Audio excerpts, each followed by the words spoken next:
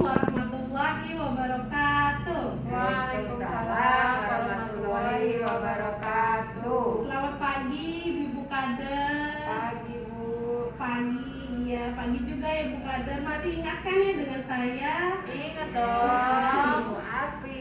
Iya. Oh, bukan Bu Yati ya? Oh, Iya, Nuriati Alfi. Oh, sama. Jadi bisa panggilan mana aja ya Bu Kader. Ya, di sini kita akan ini Bu sedikit menginfokan tentang, kan kita Posbindu sudah normal kembali ya, sudah tidak sweeping lagi. Jadi kita akan membahas tentang penyakit tidak menular untuk di Posbindu. Untuk penyakit tidak menular ini sendiri kan di Posbindu kita ada diabetes, ada DM, ada stroke, ada hipertensi, kolesterol, asam urat. Nah, di sini kita akan sedikit membahas tentang pemeriksaan kolesterol. Memang pemeriksaan kolesterol sendiri ini kan sering kita lakukan ya di Posyandu. Tapi kemarin kita sempat sweeping, jadi pasti Ibu Kader takutnya ada yang lupa, iya. Jadi terputar gitu. Ya apalagi sudah lama, kita hampir setahun lebih kan memang tidak melaksanakan Posyandu ini. Oh, 2 tahun malah ya saya lupa. Iya, jadi kita akan membahas sedikit aja tentang kolesterol ini, bagaimana cara pengambilan yang benar dan pengambilan yang tepat. Untuk kolesterol sendiri ini kan memang penyakitnya tidak berat, tetapi kan ini penyakit yang pasti kita pasti mempunyai kolesterol. Kenapa? Karena kan dari pola hidup itu ada pola makannya, apalagi kita kan di Posbindu banyak sekali orang tua. Apalagi kalau weekend diajak cucunya makan junk food, enak, seafood, udah pasti ya, walaupun nanti pulang-pulang sakit ininya, sakit kakinya, tapi tetap dilanjut karena sayang cucu. Enak soalnya. Iya benar, emang enak kalau yang udah sehat, emang enak biasanya Bu Kader. Ya, betul, Bu. Yuk kita lanjut aja ke untuk pemeriksaan kolesterol. Untuk pemeriksaan kolesterol kan di Posbindu kita di Samudra kan memang sudah ada ya kita alatnya ya. Untuk alatnya sendiri biasanya di Posbindu kita pakai ini ya, yang Nesco ya. Iya Bu, sama dengan yang itu. Iya sama Nesco. Nggak tahu namanya merek. Ya memang banyak merek tapi yang penting fungsinya sama. Oh, Kita iya. pakai yang ada aja. Biasanya kan Bu Kader juga menyiapkan handscoon-nya sendiri, menyiapkan handscoon, terus jarum suntik, terus stripnya, alat untuk pemeriksaan kolesterolnya. Terus untuk safety box kan biasanya dititip ya ke yang datang untuk petugas dari puskesmasnya gitu. Jadi kalau untuk pemeriksaan kolesterol yang kita harus tetapan yang pertama itu kita harus dalam keadaan kondisi bersih tangannya sebelum kita memakai sarung tangan, karena kan kita nanti akan pemeriksaan ke darah, takutnya kita kena percikan di darah. Jadi kita harus safety untuk Ibu Kader. Harus hati-hati, walaupun hanya simpel pemeriksaan darah, tapi kalau misalkan di tangan kita ada luka, kita kena dengan darah yang kita mau periksa kolesterol, itu bisa berbahaya bagi kita. Jadi Sama kita HIV ya Bu ya? iya, ngerinya seperti itu. Kan kita nggak tahu ya orang itu sehat atau tidak, karena kan penyakit yang tidak menular itu juga dari fisik tidak terlihat gitu. Jadi harus safety Ibu Kader nih, harus menjaga kehati-hatiannya dalam memeriksa kolesterol walaupun hanya simpel.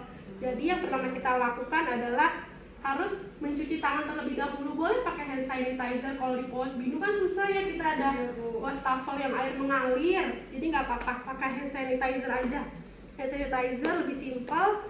Setelah kita memakai handscoon, kita langsung pasti kita persilakan duduk dulu nih untuk yang kita mau cek kolesterolnya. Kita persilakan duduk. Setelah kita pakai handscoon, orang itu kita persilakan duduk.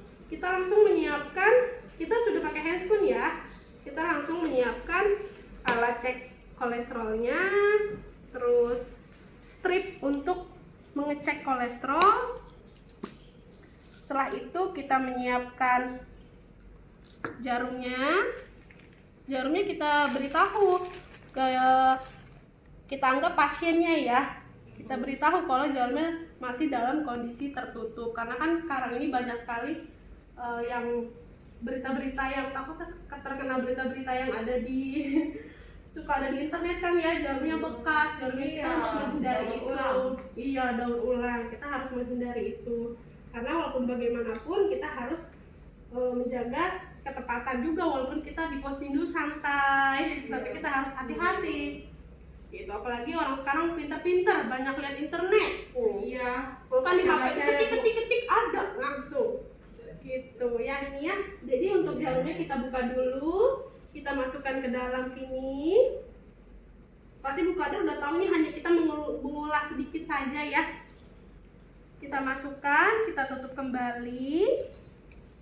Langsung untuk biasanya kita sarankan kalau untuk mengecek apapun kok ada gula, kolesterol, asam urat di tangan kiri, karena di tangan kanan untuk aktivitas. Nanti kalau pulangnya lumayan kan cekit-cekit, walaupun nggak sakit tapi cekit-cekit nggak enak. Jadi kita tangan kiri aja. Ntar kalau buat pulang juga susah. Jadi ya kita siapkan alat ceknya, terus stripnya jangan sampai lupa. Kita sambungkan juga chipnya, chip untuk mengecek kolesterol di belakang seperti biasa ya. Ya, terus kita ambil alkohol swabnya.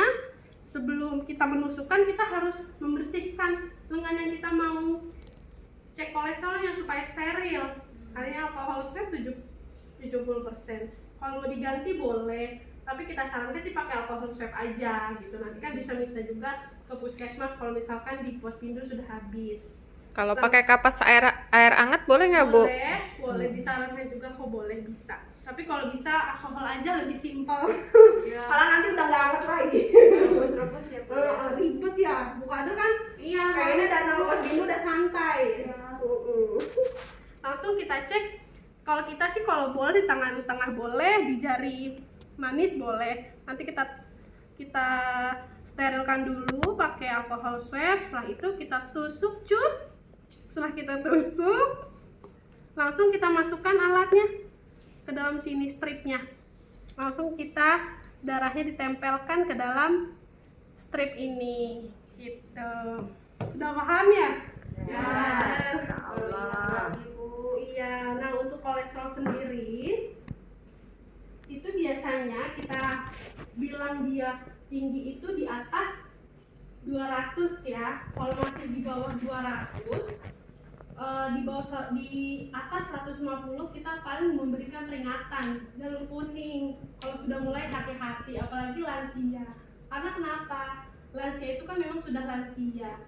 Pencernaan mereka lebih lambat daripada yang tidak lansia, yang di bawah 60 tahun. Jadi kalau bisa usia segitu sudah harus dikasih warning. Misalkan dia 160, kita harus berikan informasi, Ibu, ini makanan harus sudah mulai dijaga. Karena kenapa? Karena kalau sudah lanjut usia, pencernaannya, metabolismenya sudah tidak seperti waktu ibu muda dulu, akan susah untuk menurunkan kembali. Jadi pola hidupnya, pola makannya harus dijaga. Gitu. Ya, sudah paham Ibu Kader? Paham, Bu. Iya. Terima kasih kepada Iya. Ibu. Sama-sama. Ya, terima kasih waktunya Ibu Kader yang sudah memberikan waktunya untuk menjelaskan sedikit. Sebenarnya ini kan memang sudah rutin dilakukan setiap bulannya. Jadi mudah-mudahan apa yang kita infokan dan dengarkan bersama-sama bisa bermanfaat di Posbindu kita selanjutnya. Terima kasih. Wassalamualaikum warahmatullahi wabarakatuh. Waalaikumsalam warahmatullahi wabarakatuh.